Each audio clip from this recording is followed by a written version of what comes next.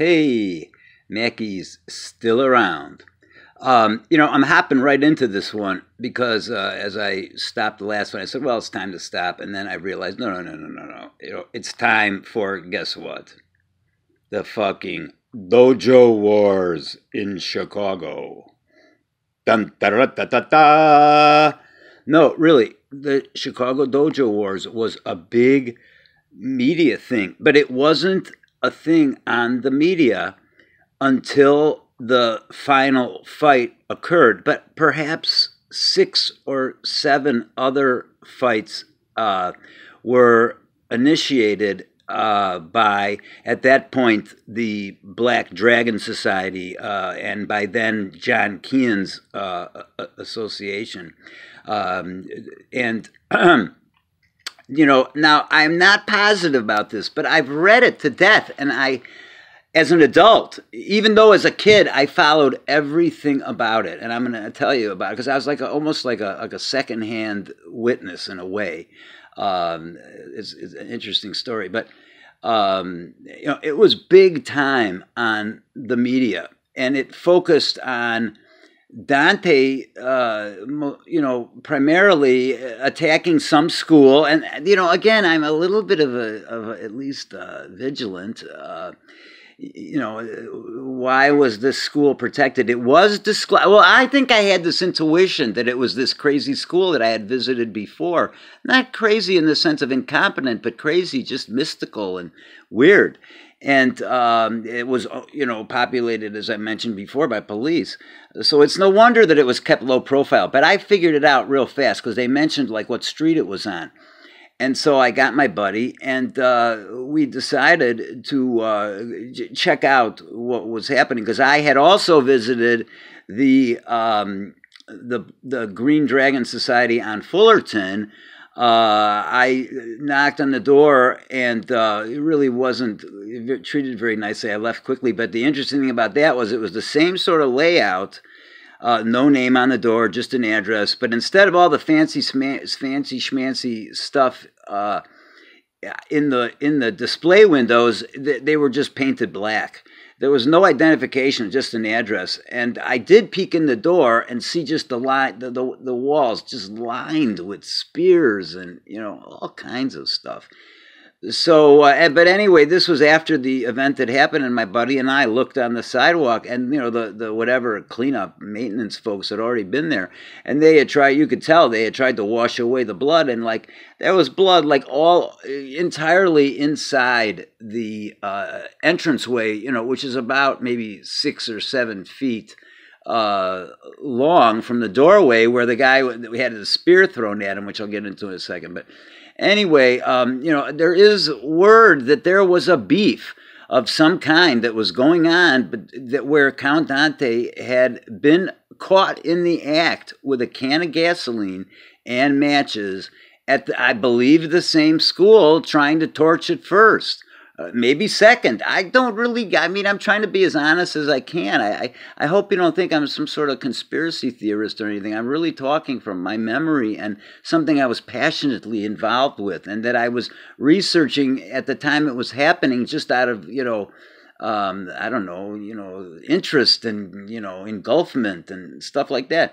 So I think I'm giving you the most accurate thing. Yes, he did attack my school, but my teacher taught him a lesson, and I don't have anything personal, but I have some weird feelings about both sides, and so I hope I'm conveying that so far.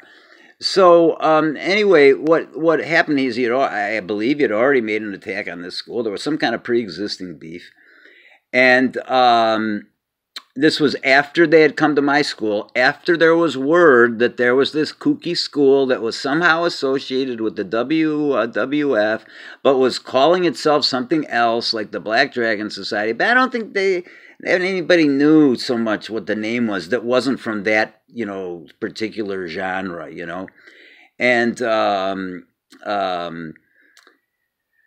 what happened was, I guess he was caught. He is definitely, of a criminal personality. And I'm not saying that just from, you know, pop media. I haven't told you yet, but I spent 30 years as a therapist, so I know something about psychopathology. And the guy was definitely disturbed, you know, quite. And I don't even want to use the word because it's overused in, you know, American media, but he was quite disturbed.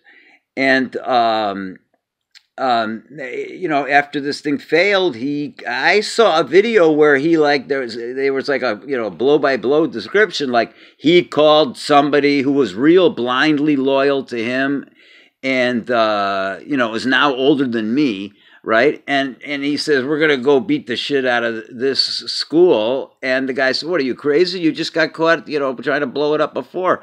And no, and the guy just goes, okay, and shows up, and then he calls some other guy, and I think they came in with 3 or 4 guys, and they just knocked on this same school on Fullerton Avenue that I was at, and, you know, I wasn't there, but, you know, and nobody was except the people that were there, but one, there was very little detail given, because one, I believe that Count Dante started it, like he started it at my school, so he wanted to, you know, stay on the DL, about any sort of details. And I also happen to believe that it involved a death that might have been committed by a police officer off duty, you know, because, and let's face it, there's power that can be concealed. This is Chicago, you know, let's be real. You know, I'm not attacking the police. I hope if I ever need you, you'll come to my help.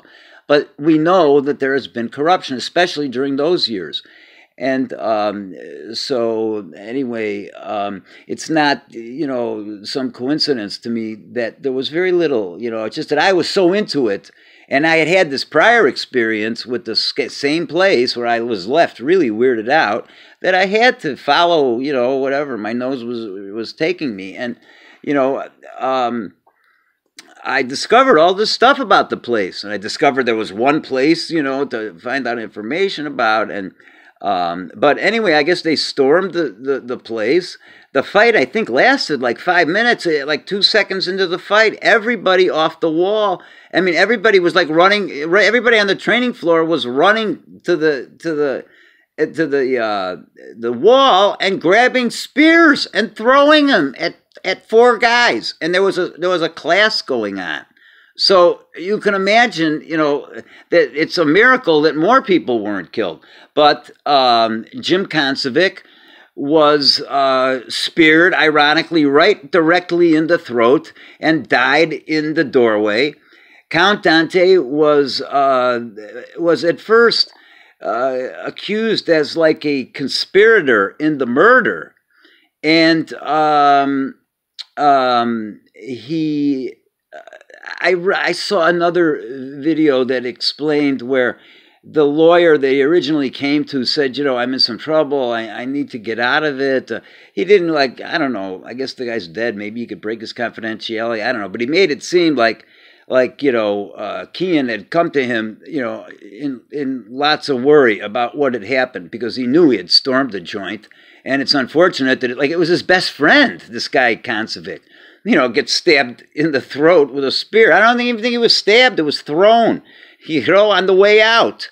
You know, that's a hell of a, you know, think about it. If you've ever seen any of the work of Massad Ayub, who talks about, you know, the use of lethal force, I'm sure there's a hell of a lot there to unjustify the fact that someone who appeared to be fleeting from the Green Dragon Society had a spear thrown at him from the training floor and shot him in the neck as he was exiting.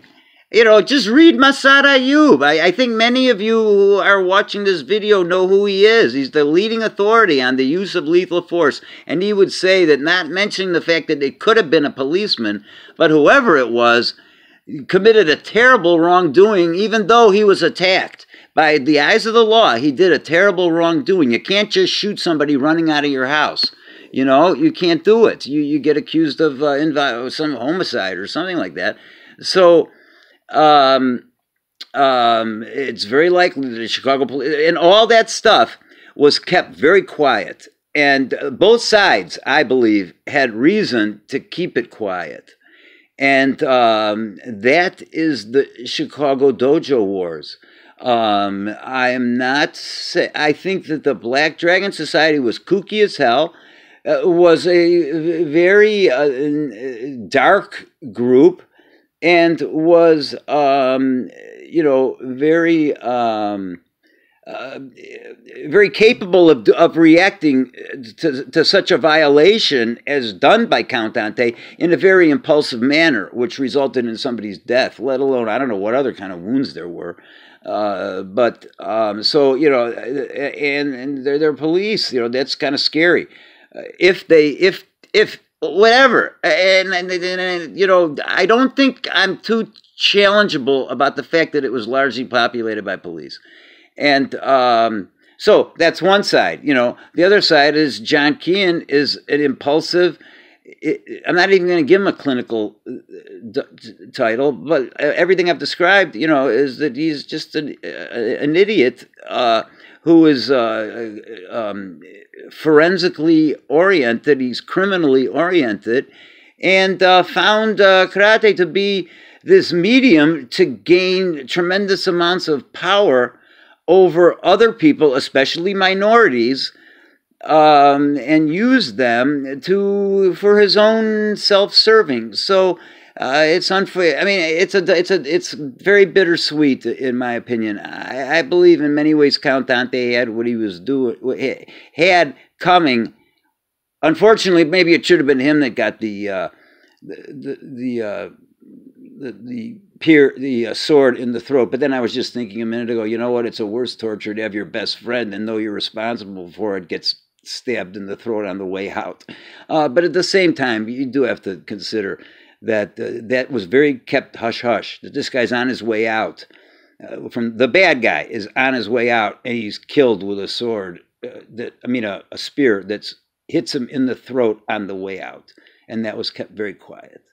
And that is the Chicago Dojo Wars. I haven't figured out what I'm going to talk about next, but boy, I covered a lot. I did this all in one night. And it's you that's helped, because I'm really imagining that a lot of you are reading this and saying, hey, maybe this dude knows what the hell he's talking about. Because I think I do. I hope I haven't come across like a nut. I've come across as much as I am the person that I am at 65. I speak it the truth. That is Count Dante, the Black Dragon Society, the Green Dragon Society, and the Chicago Dojo Wars. And I am Mack Wynn. Namaste.